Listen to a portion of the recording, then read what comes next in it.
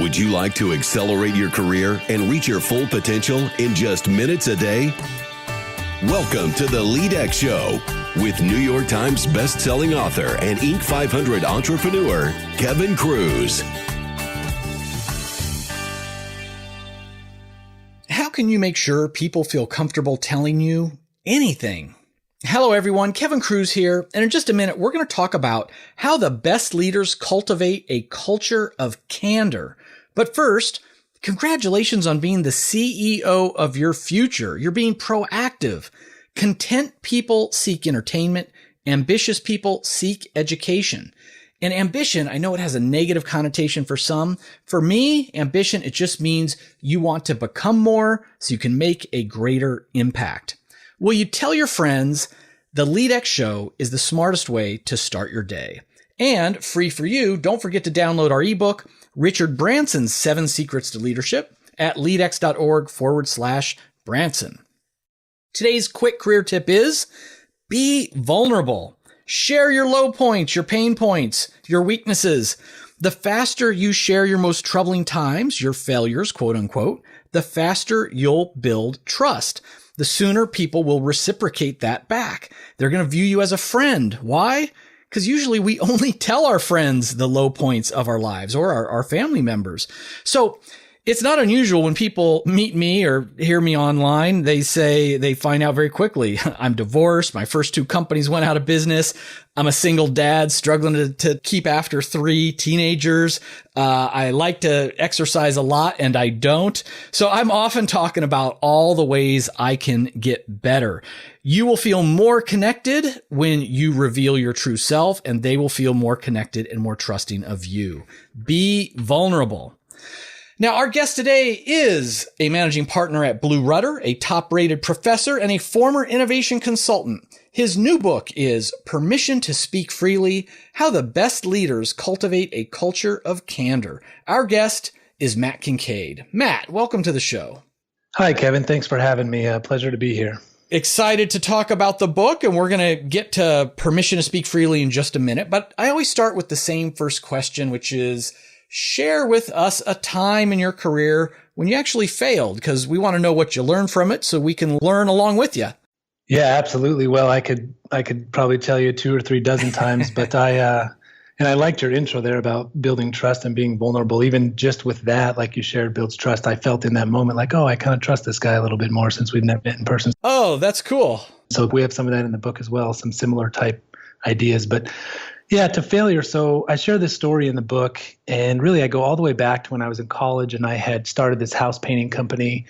I was just kind of tired of working the typical summer job where you make $2,500 and then you blow it on books the first semester. So I decided I was going to start this house painting company, and I hired 9 college students to work for me. And one of the guys I hired to be in charge of a crew was a friend of mine named Seth. And so I'll kind of cut the story short, but we fast forward through the summer. We're busy. We're painting a lot of houses. I'm not sleeping a lot. I'm just trying to kind of keep the crews busy. And that's that. We go on and we finish the summer and it does well. And I made more money than I would have otherwise. And I felt pretty good and pretty successful. And I felt like I had led pretty well. And that's kind of it. And then I fast forward about 5 or 6 years. The same guy, Seth, who I mentioned, was he and I were playing in a basketball game together, just kind of a summer league game. And he comes up to me afterwards and he says, hey, can I talk to you for a minute? And I said, sure.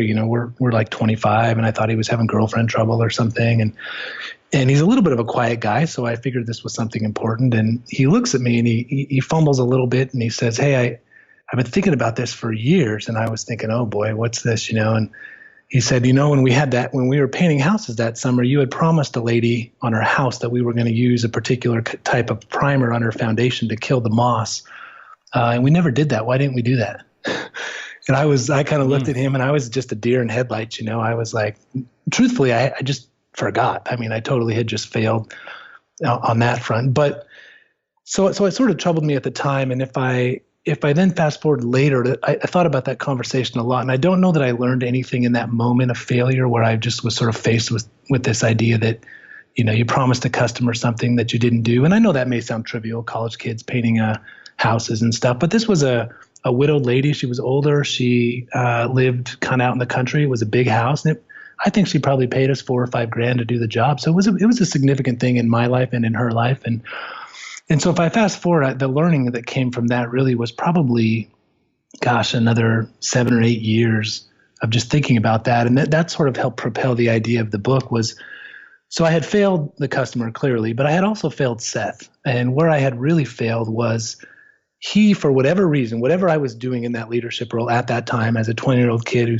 thinks he's doing a good job, whatever I was doing, I was hindering him from speaking up because he told me he knew in the moment we weren't doing what we were supposed to do, but he just didn't speak up because I was the leader and he didn't want to question me and this kind of stuff. So not only was this a guy in charge of one of my crews who I had trusted with the idea of doing the right thing, but he was a good friend of mine, and yet he still didn't feel like he could come to me and say, and real simple, right? Just say, hey, we forgot to use the primer. I mean, it would have taken just a moment and we could have fixed it right there, And so for me, that sort of started building this idea of, okay, how do we get past that? Because if one of my good friends is doing it for me and we're college kids, what's happening in organizations where you don't really know the boss, and talk about speaking truth to power, it's pretty hard. And so anyway, that was a really big lesson learned. It took probably a decade till I really figured it out. But so that's one failure that comes to mind when you ask the question. Matt, now, okay, so this isn't a trivial story at all. And in fact, you're right. I read this story in the book. I had no idea you would open with it. And listeners, this is a damn good failure story. First of all, it's just proving the point we opened with, right? Like being vulnerable. And now, Matt, you don't know this, but the listeners know, I ask that same first question and I get some really interesting stuff, but I also get a lot of stuff like, oh, I woke up one day and knocked over a glass of lemonade. People aren't really giving me anything, real. That you're talking about a time when an old lady didn't get what she bought, right? And you're a young man and new in business and didn't even realize it, but you're sharing that. You did it. You did that. And then the double whammy that for some reason, Seth, and now I would say, okay, there's got to be a partnership in communication maybe because why couldn't Seth have just spoke up? He's got to own that a little bit, himself. But for some reason he didn't feel comfortable and you're taking that on yourself. So I think that's amazing. Great story. And let's dive into it. So I want to start though with the basics. Your book again is Permission to Speak Freely, How the Best Leaders Cultivate a Culture of Candor. So why is candor so important in the workplace? Yeah, it's a super question. And it's one we really dove into for about 3 years researching this book and really put in simplest terms, candor is important because as leaders, we need all the help we can get. Research shows as we climb higher into organizations and take on higher leadership roles that actually people are less honest with us, less direct with us. We just don't get the candid things we need. And so, we've got all kinds of research that shows people are hesitant to ask questions. They're hesitant to share their uncertainties. They're hesitant to offer up their own ideas. And they're really, really hesitant, almost to a level where they never do it, to provide their leaders with honest feedback. So the higher you go in an organization, the more people tell you what they think you want to hear. And then you couple that with other research that says, but if we can overcome that, if we can actually have candid communication in our organizations, we know that things get better. So from a company perspective, innovation goes up, ownership increases, we get a much higher level of engagement with people. Research shows only about 30% of people are engaged with their job. I mean, it's a pretty sad statistic, right? I mean, right. Only 1 in 3 people are actually fired up to go to work. And we also know that just overall performance increases. And so we start to see, solutions we couldn't see before when people actually can just speak freely and tell us what's on their mind and ask us their questions and say, hey boss, I didn't like that approach, or have you thought about this? I mean, how often do you go to your boss and say, hey, I have this idea. Have you thought about this? It sounds super simple, but nobody does it. Because, of course, they've thought about it. They're the boss. Or I'm afraid of saying that for a variety of reasons, which we get into in the book as well. Well, and that tees up the next question, because at a certain level, even, I've done some writing and teaching on communication. When I think about let's create a culture of candor, I think I've been setting the bar too low, which is okay, do people, can they come to me with an idea? Can they come to me with a problem? Not really worry about repercussions of if they disagree. And look, we all have, we all can do more even in that area, but you kind of raise the bar further, because it's in your chapter 3, you say, the permission to speak freely. You want your people to feel that they can say anything, bring up anything without worrying about the right words. And that's something that I've struggled with as I think about having to, I don't know, give bad news to somebody or say really tough things. I struggle, like, what is the right way to say, or I didn't say it right. And I beat myself up for years because I flubbed it. And you're saying we can actually create that environment where people won't hesitate. They know it's going to come out wrong, right? Tell me more about that. Yeah. So, well, first off, you've written best-selling books, so I don't want this, you saying you struggle. I don't want this to come off as I'm one-upping you. I think it's just a different perspective. And so, yeah, we're saying this idea of the right words. We're arguing that things would be a lot easier and a lot better if there was no such idea as saying things the right way, because what that requires people to do is then run their true thoughts, their authentic feelings and thoughts through kind of a filter, or we call it verbal Photoshop or whatever you want to call it. I love that. But they have to run it through that to say things in your own safe language. And so we're just saying if people could speak freely the way they know how to speak instead of translate it into your own safe language as a leader, they could be heard more and we would hear them more. So we're sort of shifting the responsibility a little bit from all the people in the world trying to say things the right way to the leader saying, hey, there is no right way. Just tell me your thoughts and I'm going to receive that well. And so instead of sending, 400 nurses to training to teach them how to speak the right way to the doctor in the OR, let's work with like the 12 doctors and say, hey, there's no right way anymore. Right. And so it's a little bit counterintuitive. We're flipping the idea of that sort of articulating things correctly on its head. And don't get me wrong, there's a bunch of really good books and I've read them all and I love them, and they're sort of aimed at how do we get people to say things the right way. So we're trying to just flip that on its head and say, hey, we're putting the entire, the onus of responsibility on the leader's shoulders to create a culture and an environment where there is no right way, where you just tell me what you're thinking, however you say it, whatever's your way of communicating. So I'm going to throw you a curveball, Matt. Yeah. And this is just a little bit tangential, but I'm curious what you think about this. What about this idea of should the boss have to worry about, verbal Photoshop and maybe yes, because we're in that higher position. And in particular, I think about a friend of mine who's a successful executive coach, and back in the day, he was telling me, Kevin, if you've got a team member, you need to coach them. Here's how you do it. And the first step is you say, Matt, would you like to get better? And then Matt says yes. And then I say, okay, right. Do I have permission to give you some candid feedback? And then Matt says yes. And now that Matt has actually asked for the feedback, I can give the feedback worded a certain way. And that always felt weird to me. Like, first of all, what is Matt going to say? No, I don't want to get better. No, I don't want feedback from my boss. Even if you don't want it, you wouldn't say it. So it felt false. But you read this everywhere. Like there's a certain way like a 3-step process and all this stuff. So should the bosses be a little more accountable for getting the words just right? Or do you think it's getting in the way of coaching people, honestly? Yeah, I think it's a tough question. I think there's definitely value there. Obviously, there's a lot of research and things that go into how do we communicate with people. So I'm not undermining any of that. I think there's sort of two pieces. I think that if we can build successful cultures of candor, that starts to go away. But coupled with that, I don't think for the actual leader, it's ever completely gone. And the difference, though, is it's really difficult to speak truth to power. So if I'm the employee, it's really hard for me to go to the boss because I'm really, like you mentioned earlier, but I'm really vulnerable, right?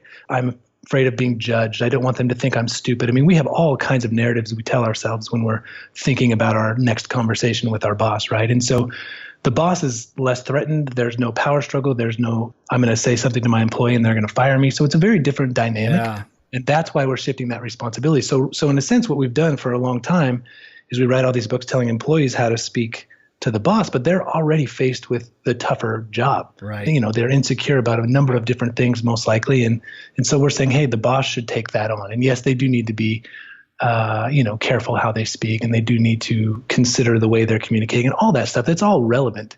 We're just saying the boss, the leader, whoever that is, that should be on their shoulders. Yeah. And it makes sense. And if you're the boss communicating for a, poor choice of words, but down classic org chart. Yeah. You're right. There is no risk. I mean, there's whoever's signing your paycheck, all of a sudden there's, even in an open environment, blah, blah, someone's signing your paycheck, and there's always a power dynamic and a risk at play. If you're the boss, you're not really worrying about that. And so it is a different situation. That's interesting. So, and you talk about, the goal, of course, is creating this culture where we have absolute candor. How do we, cultivate that? And your book goes into, we should assume positive intent and make sure it's a safe environment, dignify every try, be genuinely curious. And we can't dive into all of these in the short format podcast, but pick out one or two key ideas that we can put to use.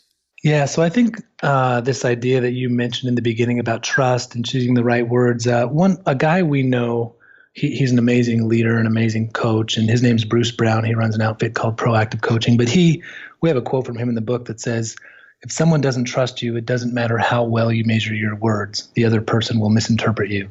If someone trusts you implicitly, it doesn't matter how poorly you phrase something. The other person will assume you meant well. So there's sort of this undergirding of trust that has to happen for all of this to work. And so that goes into what you opened with, being vulnerable, building trust with your people. I'm never going to be candid with my boss if I don't trust my boss. And trust can mean a lot of things, but even in the sense that I don't trust their reaction to what I'm about to say, right? I might be able to give them my credit card and have them babysit my kids, that kind of trust. But there's a lot of different pieces of trust, right? And so the idea is we've got to build this trust. And so to your question, let's just stick on this idea of positive intent. So what we're arguing in the book is the first step. And for us, this is kind of what we call the center of gravity. Everything kind of hinges on this idea of creating positive intent inside your organizations, on your sports teams, inside your families. And the idea is whenever we're speaking with people, whenever somebody says something to us, we're making a choice on how are we going to respond to this person. And, Dr. Gottman at University of Washington would say, are you turning towards, are you turning against, or are you turning away? And what we're saying is we've got to just assume that everybody around us is telling things to us for the right reasons, which sounds a little crazy. But when anybody comes up to you at work, and they say, hey, boss, why are we doing it this way? Even if their tone doesn't sound super positive, we have a choice. I can assume they're asking me that to be condescending or question my plan, or I can assume they really want to know why we're doing it this way, because they have 12 people on their team who want to know the answer. And so we're just saying, assume positive intent with everybody around you. And, we get challenged. People say, well, what about someone that's going to pull one over on you, right? Right. And like at the university I teach at, well, what about people who are just skipping class?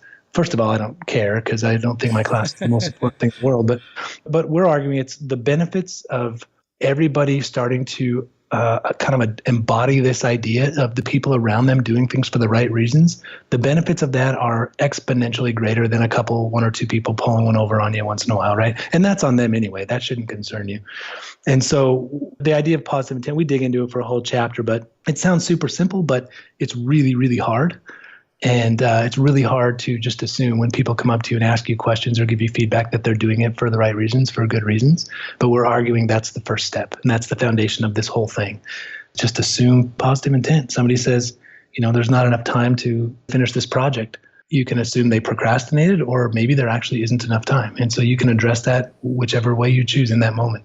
It's great advice. It actually reminds me, I'm going to get the wording wrong, but someone was giving me marriage advice once. And he says, in the tough times, just imagine the most generous explanation for your spouse's behavior and then believe it. Absolutely. Yeah. I mean, and the way this sort of plays out is, so there's a psychology theory called the Pygmalion effect, which basically is essentially saying you get what you expect. So what the research shows is your belief in others can have a causal impact on their behavior. And it's not an ESP thing. It's nothing like that. But, if you look at sort of facial expressions and study tones and languages and reactions and body language and all that stuff, we know when we're responding to people, they're hearing way more than just our words. And so if we're training our brain to respond to them in a positive light, assume positive intent, they're going to pick up on all that. And pretty soon their response to us becomes different. And all of a sudden we start building this idea of positive intent throughout the organization. Well, now we're riffing on it. I mean, I imagine what could play into it if you don't have positive intent, again, whether it's at work or in your family life or whatever, you can run into problems with, confirmation bias. If I think my teenage son is messy and I have that belief, I'm going to notice every time he doesn't clean up after himself, leaves the sneakers on the floors, and there are plenty. And I might not notice the time he actually takes the garbage out or cleans up his room or other things. So I agree. Like, positive intent is the way to live. So Matt, before we wrap up, I always ask our listeners, I say, hey, become a little bit better every single day. So I want you to challenge us. What's one specific thing we can do today to begin to foster this culture of candor? Yeah, I mean, I would say, to just stay on the same thing, this idea of positive intent. So I would say, as a listener, try it. Try for one day to assume positive intent with every single person you have a conversation with. So the shy person who, rarely speaks up, the highly extroverted person who it feels like is kind of questioning you often, your boss, your secretary. Hey, I mean, if you really want to take it all the way, do it at home. Assume positive intent, like you just mentioned, with your spouse, with your kids. So that looks a certain way, right? They come up to you and say, hey, I think we should go do this. And instead of saying, no, I don't think we should, you say, hey, tell me more. Why do you think that? That sounds like a good idea. Just assume they're telling you whatever they're telling you. Let's go to dinner at my mom's house. And then deep down, you're like, no, I don't want to do that. Don't tell them, hey, that sounds great. What made you want to do that? Just receive their message in a bright light and just try it for one day and then try it the next day, especially with your spouse and your kids. It really can change the feel of your life all around you. I mean, it's really interesting. We've challenged people with this, and we've had people write us letters. I don't know if I'm doing better at work, but man, I'm a way better Little League coach, or I feel like my relationship is way better with my significant other. And wow, I got the promotion I wanted because my boss said they noticed a change in me. We've heard from a lot of people. It's really good. And I'm not taking credit for it. I just think it's cool when people actually do the hard work and make it happen. So I would argue that I think it would probably help you more than 1%, honestly. I think but it's a shift, right? And it takes practice, and you got to do it over again. You got to do it tomorrow, and then you got to do it for 2 weeks and 3 months, and you'll go up and down. It's not going to be perfect every day, but after a little while, it will start to feel natural, and you'll notice some differences in your lives, I think. I love that challenge. Listeners, 24 hours of assume positive intent. And listeners, I'm going to up the stakes here. If you do this exercise, send me an email directly, kevin@leadx.org.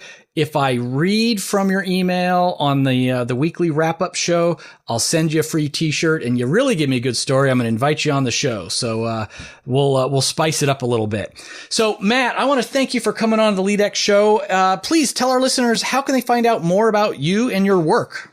Yeah, probably the easiest way is just to go to dougandmatt.com, just how it sounds, dougandmatt.com. That's our website. It'll reroute you to Blue Rudder, which is our company, but that's the simplest URL. So, boy, that's a friendly URL. That's awesome. Yeah, not bad, huh? That's really good. All right, friend, you've just been mentored by Dr. Matt Kincaid. Don't forget you can get links and notes from this interview over at leadx.org, and you can get Matt's book from Amazon.com or your favorite bookstore. And that's it for today's episode of the LEADx Show. Please subscribe to the show on iTunes and leave a rating and review. It only is going to take you about 1 minute, but it's the single best way to build the LEADx tribe. Until next time, remember, leadership is not a choice, because leadership is influence, and you're influencing with your words and your silence. You're influencing with your actions, and when you choose to be a bystander. We are all leaders. Lead with intent.